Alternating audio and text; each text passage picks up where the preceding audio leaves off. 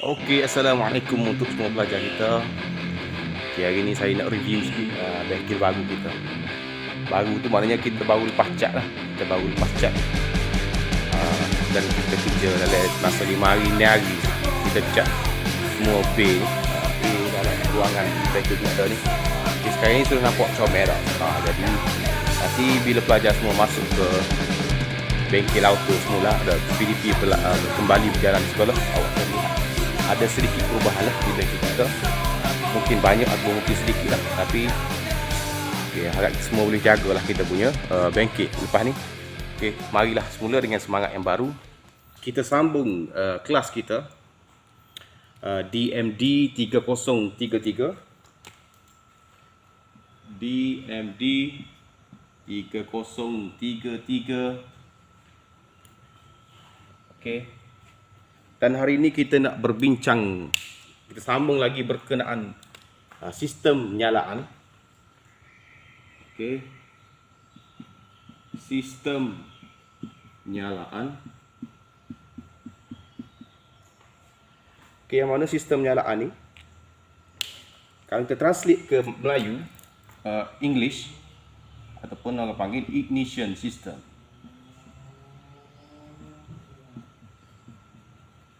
Macam yang saya ajar dah, fungsi dia adalah untuk mengagihkan percikan bunga api ke spark plug yang betul ikut urutan dan juga nombor dia. Okey. Jadi untuk agihkan spark ke spark plug yang betul. Okey, untuk agihkan spark ke spark plug yang betul. Jadi dalam sistem enjin 4 silinder, okey, yang mana firing order dia 1 3 4 2 ataupun 1 2 4 3. Jadi spark itu kita perlukan hanyalah di awal power stroke. Okey, untuk setiap piston. Jadi maknanya power stroke yang pertama berlaku di piston nombor 2. Power stroke yang kedua akan berlaku di sistem nombor piston nombor 3.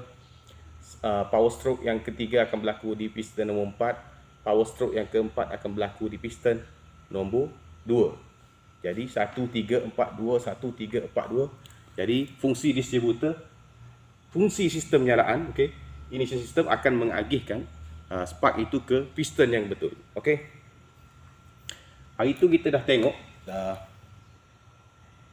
distributor, okey, pengagih. Distributor, pengagih. Yang mana distributor ni adalah satu komponen pada enjin lama, enjin teknologi lama. Enjin Wira MMC, bukan Wira video, tapi Wira MMC. Enjin Mazda lama, enjin Honda VTEC B16A, B18C, B16B semua, Toyota lama yang pakai distributor. Okey, yang mana kita tengok kalau spark plug tu sambung ke dia punya distributor tu, maknanya ada kabel plug daripada plug sambung masuk ke distributor. Itu adalah distributor. Okey, sekarang ni teknologi sudah tidak menggunakan distributor. Kita gunakan kaedah baru, sama ada dua. Okey, yang pertama kita ada, okey, tulis sini teknologi baru lah. Teknologi baru untuk, okey, untuk ignition ataupun sistem penyalaan. Sistem penyalaan. Okey, yang pertama kita ada, okey, waste spark. Okey, waste spark, ataupun kalau kita translate ke Melayu, apa ni? Pembaziran, bazir nyalaan. Okey, bazir nyalaan ataupun waste spark. Okey, yang kedua kita ada coil on plug, ataupun ringkasan dia orang panggil coil COP, coil on plug. Okey, apa beza dua ni? Okey, dua sistem penyalaan ni, beza dia untuk waste part dia ada dua sahaja coil plug. Okey. Maknanya dia dua coil plug. Tapi untuk coil on plug, bilangan coil dia bergantung kepada bilangan piston. Okey, kalau ada 4 piston, jadi ada 4 coil plug. Kalau ada 3 piston, 3 coil plug. Kalau ada 6 piston, contoh mesin engine V6, V6 ada 6 coil plug lah. Kalau engine V8 ada 8 coil plug. Jadi coil plug ni, coil plug ikut bilangan piston ataupun 4 lah. Okey, 4. Kalau untuk 4 silinder, enjin 4 silinder akan ada 4 coil plug. Okey. Ni beza dia. 2 coil plug untuk kaedah waste part untuk 4 piston lah. Okey. Ni untuk 4 piston. Okey, kalau untuk coil on plug, bilangan dia akan ikut bilangan piston yang ada, bilangan spark plug yang ada. Okey. Okey. Dan lagi dua ni, waste part ni,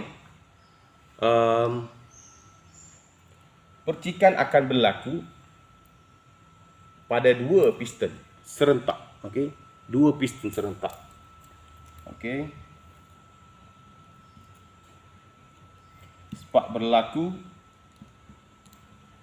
pada dua plug serentak. Okey, lepas tu yang ini coil on plug. Okey, spark berlaku secara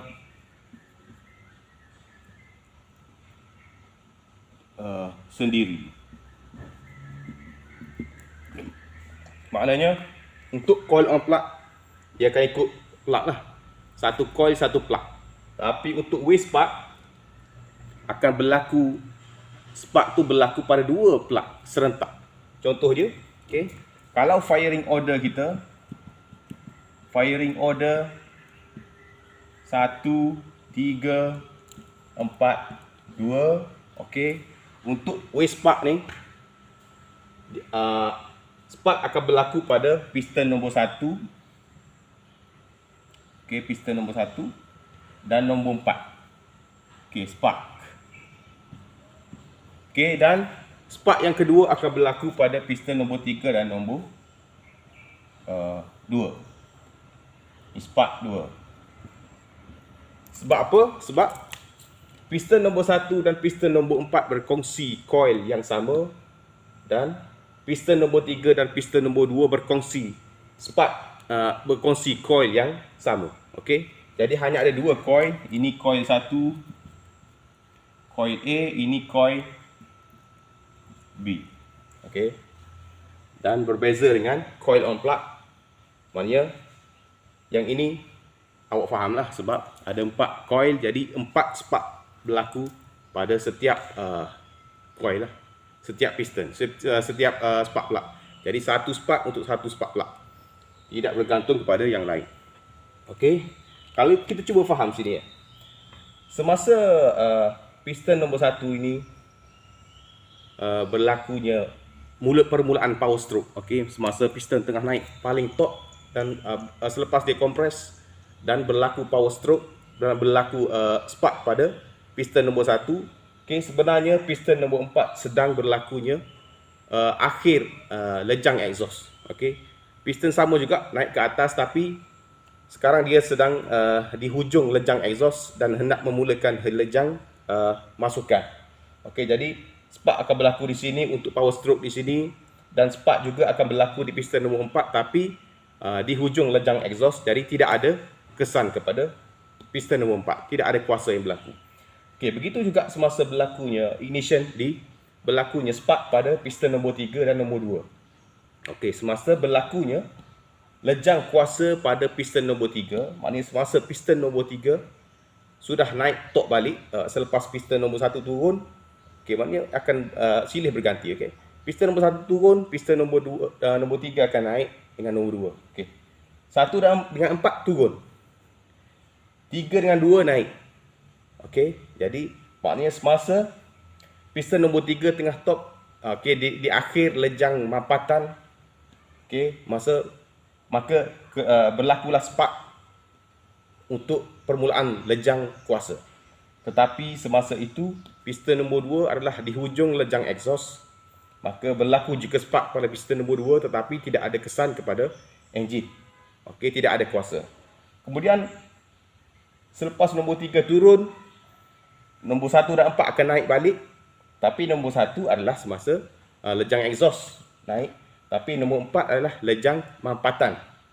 Okey, bila di hujung lejang mampatan berlaku spark pada piston nombor 4 dan berlaku spark pada piston nombor 1 tetapi di hujung lejang exhaust. Jadi benda ini berlaku silih berganti. Okey, begitu juga dengan piston nombor 2 semasa dia tengah top untuk lejang mampatan. Okey, di hujung itu berlaku spark untuk permulaannya kepada lejang kuasa, tetapi untuk spark nombor 3 ni adalah di hujung lejang exhaust. Jadi itulah sistem waste spark di mana hanya gunakan 2 coil, okey, 2 coil untuk 2 coil untuk 4 spark plug. Jadi hanya ada 2 coil pada enjin 4 silinder. Okey. Tapi untuk coil on plug ada 4 coil. Okey, jadi setiap semasa di hujung lejang exhaust untuk setiap semasa di hujung lejang mampatan untuk setiap piston, okey, akan berlakunya spark pada piston tersebut, pada spark plug untuk piston tersebut. Jadi tidak ada masalah dan tidak perlu berkongsi dengan spark plug yang lain. Okey, faham? Dulu distributor satu coil tu kongsi 4, betul? Sebab dalam distributor hanya ada satu coil dan satu coil tu kongsi untuk 4 spark plug. Okey, lepas tu kita upgrade, kita buatlah waste spark. Okey, satu coil untuk 2 spark plug. Lepas tu upgrade lagi. Okey, waste spark dengan coil on plug ni dia berjalan seiring lah, sama-sama naik, sama-sama diperkenalkan bermula tahun 90-an, saya rasa gitulah. Okey. Dan selepas itu coil on plug pun naik tak? Jadi satu coil untuk satu spark plug.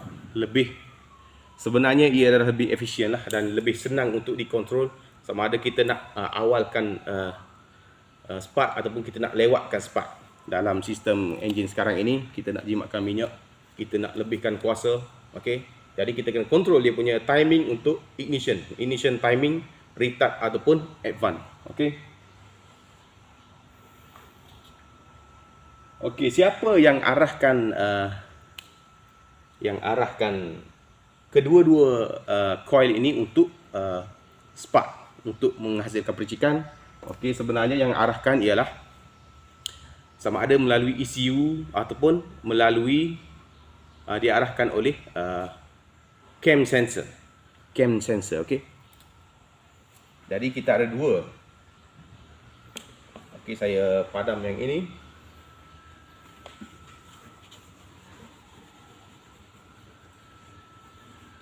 Okey, untuk kedua-dua sistem ignition ini kita akan ada.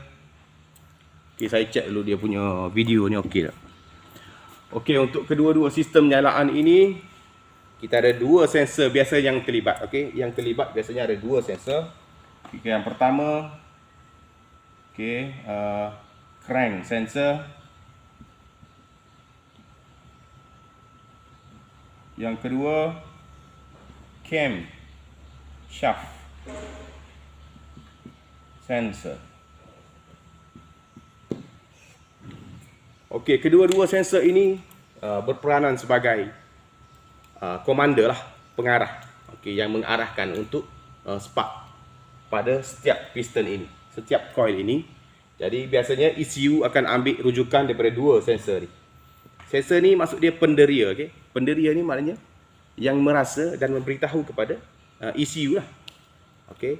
Jadi sensor ni akan merasa, okey, crank sensor ini terletak pada enjin lah. Dia enjin untuk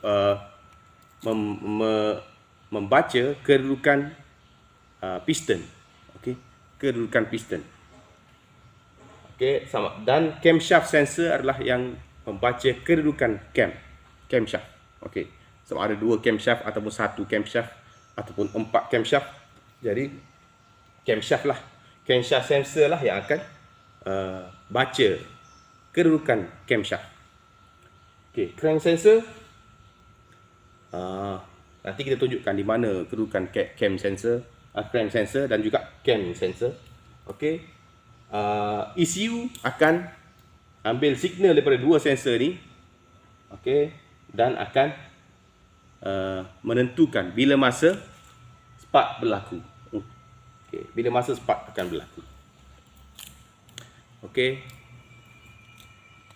Maknanya crank sensor ni hantar ke ECU, engine control unit, dan ini juga hantar ke ECU. Ke ECU. Okey.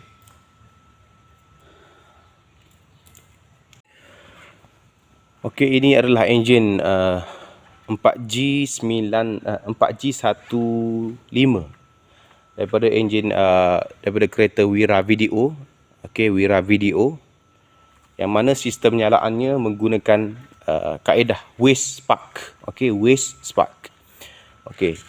Kalau dulu kereta lama, kereta Proton, walaupun enjin masih sama, ni enjin ni masih sama dah. 4G15 sebab 1.5 cc.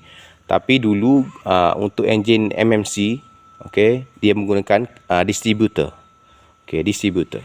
Tapi sekarang ni bila tahun 2000 Proton sudah memperkenalkan, okey, enjin untuk Proton Wira menggunakan wiring video, okey. Okey, wiring video.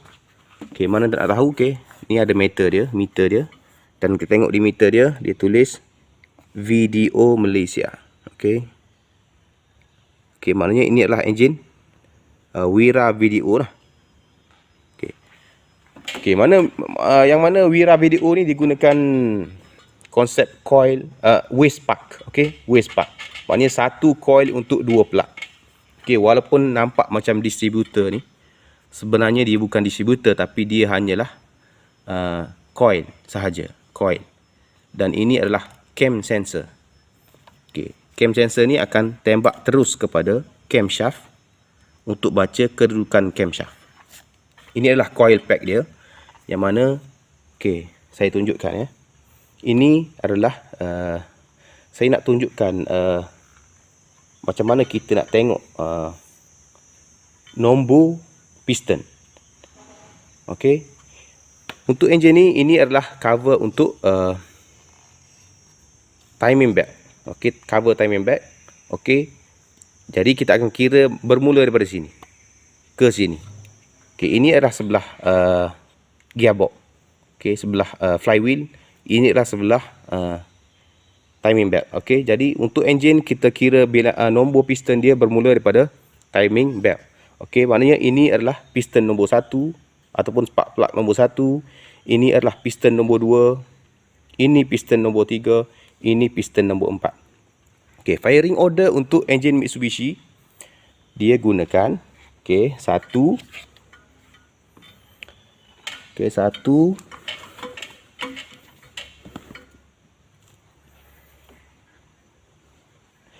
1 3 4 2. Okey, 1 3 4 2. Kalau tak silap saya lah. Okey. Jadi untuk piston nombor 1 dan piston nombor 4 akan kongsi coil yang sama. Okey, ini piston nombor 1 dan piston nombor 4 akan kongsi coil yang sama. Kalau kita tengok kabel dia, daripada sini dia pergi ke sebelah sini. Okey, coil ni. Jadi itu untuk piston nombor 1 dengan piston nombor 4. Okey, piston nombor 2 dengan piston nombor 3 akan kongsi coil yang sama. Okey, yang ini kabelnya.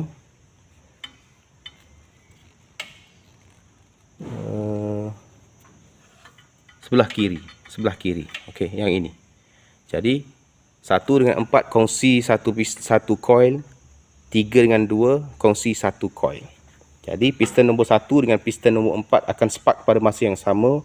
Piston nombor 2 dan piston nombor 3 akan spark pada masa yang sama. Okey. Ini adalah camshaft sensor untuk baca kedudukan camshaft. Kedudukan camshaft pada inilah, ini adalah camshaft. Okey, ini camshaft dalam ni, dalam cover ni. Jadi cam sensor ni akan tembak terus kepada camshaft. Dia ada dia punya bonggol ataupun dia punya gigi-gigi dia lah. Gigi yang separuh tu. Okey, ini untuk camshaft sensor dan ini untuk crank sensor ataupun pulley sensor, bolehlah pakai.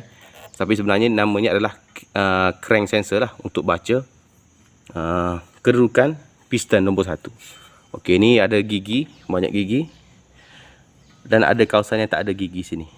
Jadi semasa di sini isyarat akan dihantar ke ECU lah. Maknanya di sini dia akan menghasilkan dia punya bentuk graf signal dia. Okey. Maknanya ECU akan merujuk pada crank sensor dan juga cam sensor untuk menentukan bilakah akan berlaku spark kepada piston nombor 1 dan nombor 4 dan juga piston nombor 2 dan nombor 3. Okey, kita hidupkan enjin ni untuk kita cek dia punya sistem nyalaan dia. Kita nak cek, kita nak tahu bagaimana cara kerja dia. Okey. Enjin ini walaupun atas stand, tapi cara kerja dia sama juga dengan masa dia di chassis atau body. Okey, start dulu. On switch. Okey, start.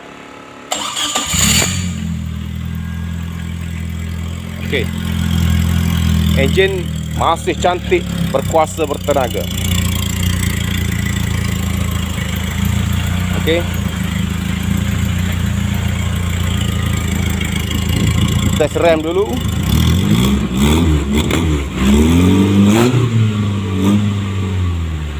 Okey.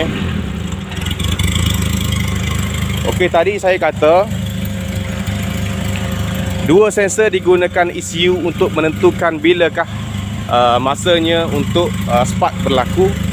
Jadi dua sensor itu ialah cam sensor. Okey, ini cam sensor dan ini crank sensor. Di mana crank ni kalau kita ikut dia punya wiring, okey, hati-hati ya, takut terkena dengan belting ni. Okey, tengok dia punya wiring sini. Dia akan sambung ke sini. Okay, ini adalah soket untuk crank sensor dan ini adalah soket untuk cam sensor. Apa berlaku kalau saya cabut salah satu daripada soket ini? Okey, kita cuba. Mula-mula kita cabut crank sensor dulu. Kita nak tengok adakah enjin akan mati ataupun tak mati. Okey, saya cabut. Okey, enjin mati. Okey, maknanya crank sensor signal sudah tak dihantar ke ECU. Jadi ECU pun dah pening, tak tahu bila nak fire, bila nak spark. Jadi dia pun tak spark lah sebab tak ada signal daripada crank sensor. Okey, kita start sekali lagi. Okey, enjin hidup semula. Okey, sekarang kita cuba cabut sensor untuk crank sensor. Okey, cabut ini. Enjin tak mati. Okey, enjin tak mati dan kita cuba rem.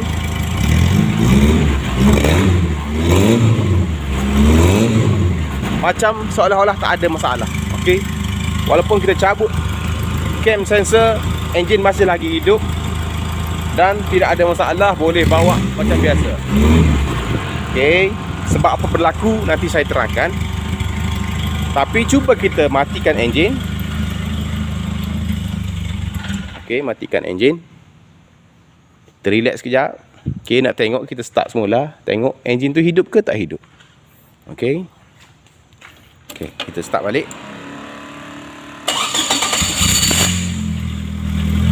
Masih lagi hidup Alamak, apa masalah ni? Okey, kita cuba rem tanpa cam sensor.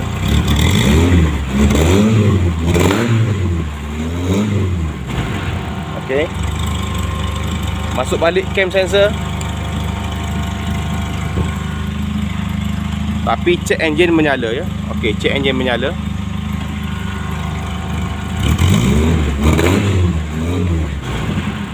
Okey. Enjin masih lagi sama, masih lagi berkuasa. Cuma saya baru perasan check engine-nya bernyala. Okey, matikan.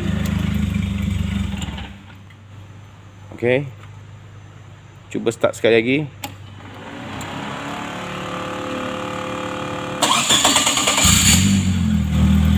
Masih lagi menyala check engine-nya. Okey. Bila di kereta, salah satu cara untuk kita hilangkan check engine ni, check engine light ni, ataupun lambang tekor, lambang engine tu, caranya kita kena reset dia punya ECU. Okey, reset ECU kita boleh guna kaedah yang paling senang. Kita cabut bateri, sambungkan negatif ke positif untuk kabelnya lah, bukan ke bateri ya, kabelnya, dan kita biarkan sekejap, lepas tu kita sambung balik. Itu sudah settle. Okey, kita cuba buat dulu. Okey, matikan enjin. Cabut negatif, letakkan ke positif. Okey. Maknanya kita sedang short circuitkan dia, kita sedang litar pintaskan dia supaya cas-cas elektrik yang ada dalam ECU tu akan hilang. Okey. Tunggu sekejap, okey. Jadi maknanya walaupun kita buang, kita cabut soket camshaft tu, enjin masih lagi hidup dan macam okey lagi lah, boleh berfungsi seperti biasa. Okey, sedangkan kalau kita cabut crank sensor, enjin akan terus mati. Jadi maknanya ECU menggunakan isyarat daripada kedua sensor ni untuk menentukan bilakah timing, ignition timing yang sesuai. Okey. Dan dia punya main sensor ialah crankshaft sensor. Maknanya sensor utama yang diguna pakai ialah sensor crankshaft. Maknanya camshaft ni hanyalah untuk menambah baik pemasaan untuk spark. Okey, kita sambung semula. Kita nak tengok sama ada check light kita mati ataupun tak mati. Okey. Okey, check engine sudah mati. Okey. Sekarang saya cuba cabut semula dia punya cam sensor. Okey, bila cabut cam sensor, check engine akan menyala. Okey, begitulah fungsi ECU. Bila tak ada sensor, dia tak dapat detect sensor signal daripada salah satu sensor, maka dia check engine akan menyala. Okey. Okey, kita reset semula. Reset semula. Okey. Start balik. Okey, sudah hilang dia punya engine, check engine light, CEL. Okey, sudah hilang.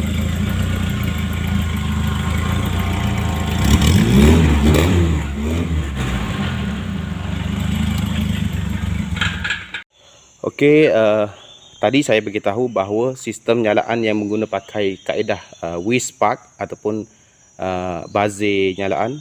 Okey, maka piston nombor 1 dan piston nombor 4 akan spark pada masa yang sama, dan piston nombor 2 dan piston nombor 3 akan spark pada masa yang sama. Jadi sekarang ini saya sudah gabungkan. Ini adalah spark kabel, plug kabel nombor 1, dan ini plug kabel nombor 4. Ini spark plug nombor 2 dan ini spark plug nombor 3. Jadi kita perhatikan bahawa bila saya start engine, maka awak perhatikan betul ke saya cakap bahawa kedua-dua ini akan spark pada masa yang sama. Okey, cuba perhatikan.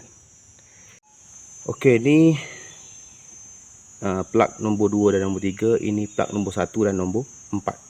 Okey, cuba perhatikan.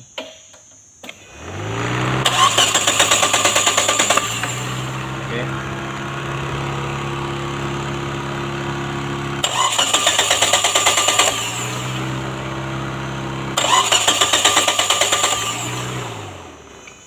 cuba tutup pintu. Okey. Tengok lagi, nampak ke tak nampak?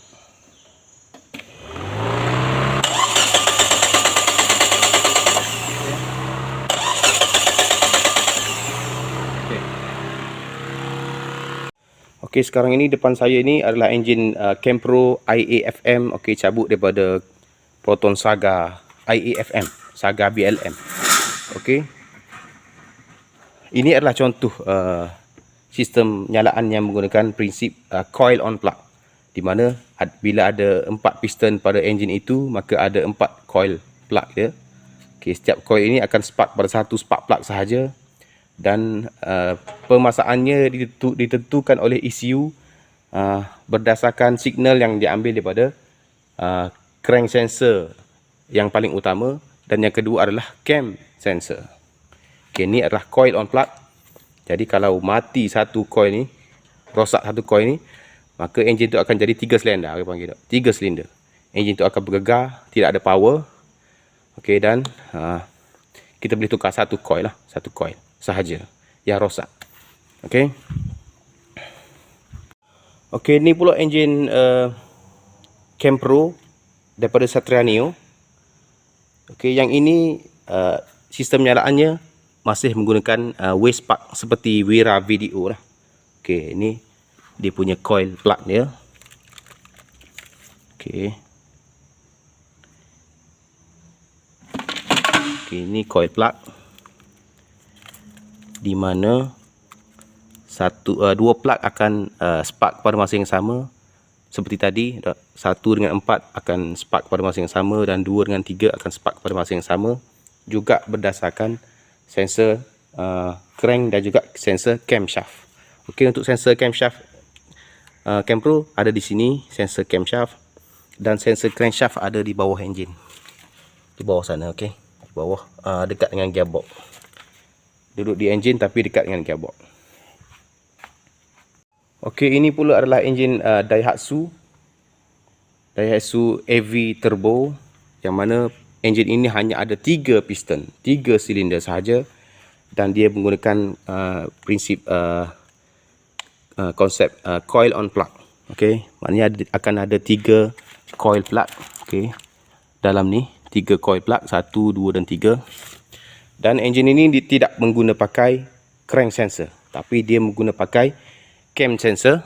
Okey, cam sensor di sini. Okey, ni cam sensor. Okey, dia tembak terus kepada puli camshaft. Okey, itu saja kelas untuk minggu ini, untuk hari ini. Jadi diharap anda semua berminat dengan automotif. Okey, dan diharap anda semua dapat meminati bidang automotif dan boleh menjadi mekanik ataupun engineer automotif yang berjaya. Okey, itu saja.